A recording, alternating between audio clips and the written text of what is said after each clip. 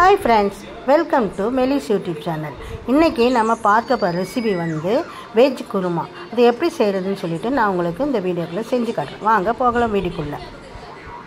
ஒரு மிக்ஸி ஜாரை வந்து எடுத்துங்க. அதில் ஒரு பத்த தேங்காய் போட்டுங்க. அதுக்கு பிறகு ஒரு 5 இலை வந்து புதினா இலை போட்டுங்க. அதுக்கு பிறகு ஒரு வாசனைக்கு புதினா இலை. அதுக்கு பிறகு ஒரு 3 பச்சை மிளகாய் அதையும் உள்ளே போட்டுருங்க. அப்புறம் ஒரு 5 முந்திரி பருப்பு. அதுக்கு பிறகு வந்து ஒரு துண்டு பட்டை அதையும் போட்டுருங்க. அதுக்கு பிறகு ஒரு டீஸ்பூன் வந்து சோம்பு போட்டுருங்க. ஒரு டீஸ்பூன் சோம்பு போட்ட பிறகு ஒரு 3/4 டீஸ்பூன் வந்து கசகசா அதையும் போட்டு நம்ம நல்லா நைஸாக அரைச்சி கொண்டு வந்து வச்சுப்போம். இதை பாருங்க மிக்சியில் வந்து அரைச்சி கொண்டு வந்து வச்சுக்கி இப்போ தனியாக நம்ம எடுத்து வச்சுட்டு கடாயில் எண்ணெயை ஊற்றி பட்டை கிராம்பு ஏலக்காய் சீரகம் அதையும் போட்டு நல்லா வெங்காயத்தையும் போட்டு அதையும் நல்லா வதக்கிடுங்க. நல்லா பொன்னிறமாக வதங்கி வரணும். நல்லா வதங்கி வந்த பிறகு சைட்லலாம் நல்லா பரட்டி விடுங்க. 2 பச்சை மிளகாவும் அதையும் போட்டுருங்க. அதையும் போட்டு நல்லா கிண்டி விடுங்க. நல்லா கிண்டி விட்ட பிறகு அதுக்கப்புறம் நல்லா சைட்லலாம் கருகாமல் நல்லா கிண்டி விடுங்க. கிண்டி விட்ட பிறகு கருகுனா ஒரு மாதிரி வாசனை அடிக்கும். பிறகு வந்து கொஞ்சோண்டு மஞ்சள் போடுங்க. மஞ்சள் ஒரு 1/4 டீஸ்பூன் மஞ்சள் போடுங்க. அது வந்து போட்ட பிறகு நல்லா கிண்டி விடுங்க.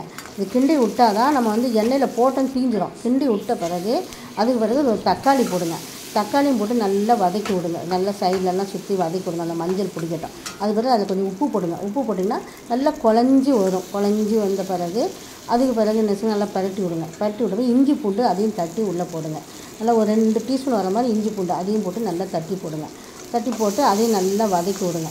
வதக்கி விட்ட பிறகு கொஞ்சோண்டு ஒரு டீஸ்பூன் கரம் மசாலா போடுங்க. சின்ன டீஸ்பூனில் 1 டீஸ்பூன் கரம் மசாலா போடுங்க.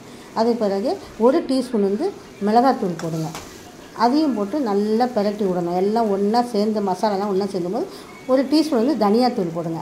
அதையும் போட்டு நல்லா பரட்டி விடுங்க. நல்லா பரட்டி சுருண்டு வரும்போது காய்கறியை போடுங்க. நான் வந்து அவிச்சு வச்சுருந்தேன். அந்த காய்கறியை போட்டேன். அப்போ தான் சீக்கிரம் வந்து கொஞ்சம் வேலை முடியும். பச்சையாக காய்கறி போட்டால் கொஞ்சம் லேட் ஆகும் நம்ம கிண்டுறதுக்கு. நல்லா பரட்டி விடுங்க. பரட்டி விட்ட பிறகு ஒரு 3/4 கிளாஸ் சுடு தண்ணி ஊற்றுங்க. சுடு தண்ணி ஊற்றினா தான் இந்த காய் வந்து ஏற்கனவே வெந்தனால இந்த தண்ணியை கொஞ்சம் சுடு தண்ணி ஊற்றினால சீக்கிரம் வந்து குழம்பு வந்து வேகமாக வேலை முடியும். அதையும் போட்டு நல்லா கிண்டி விட்டு நல்லா பரட்டி விடுங்க. பரட்டி விட்டப்போ நல்லா கொதித்து வரும்போது நம்ம அரைச்சி வச்ச தேங்காவையும் அதில் ஊற்றிடுங்க. அதையும் போட்டு நல்லா கிண்டி வரும்போது சுருண்டு வரும். நல்லா கலர் கொடுத்து வரும்போது வாசனை ஒரு கொதித்த பிறகு நம்ம கொத்தமல்லியை வந்து நல்லா பிச்சு நல்லா ஊற்றி விடுங்க. ஊற்றி விட்டு கிண்டி விடுங்க. இப்போ வந்து வெஜ்ஜு குருமா வந்து ரெடி ஆகிடுச்சு. இந்த வீடியோ உங்களுக்கு பிடிச்சிருந்துன்னா உங்கள் ஃப்ரெண்ட்ஸ் அண்ட் ஃபேமிலிக்கு ஷேர் பண்ணுங்கள், லைக் பண்ணுங்கள், கமெண்ட் பண்ணுங்கள், சப்ஸ்கிரைப் பண்ணுங்கள். இந்த வீடியோவில் பார்க்கலாம்.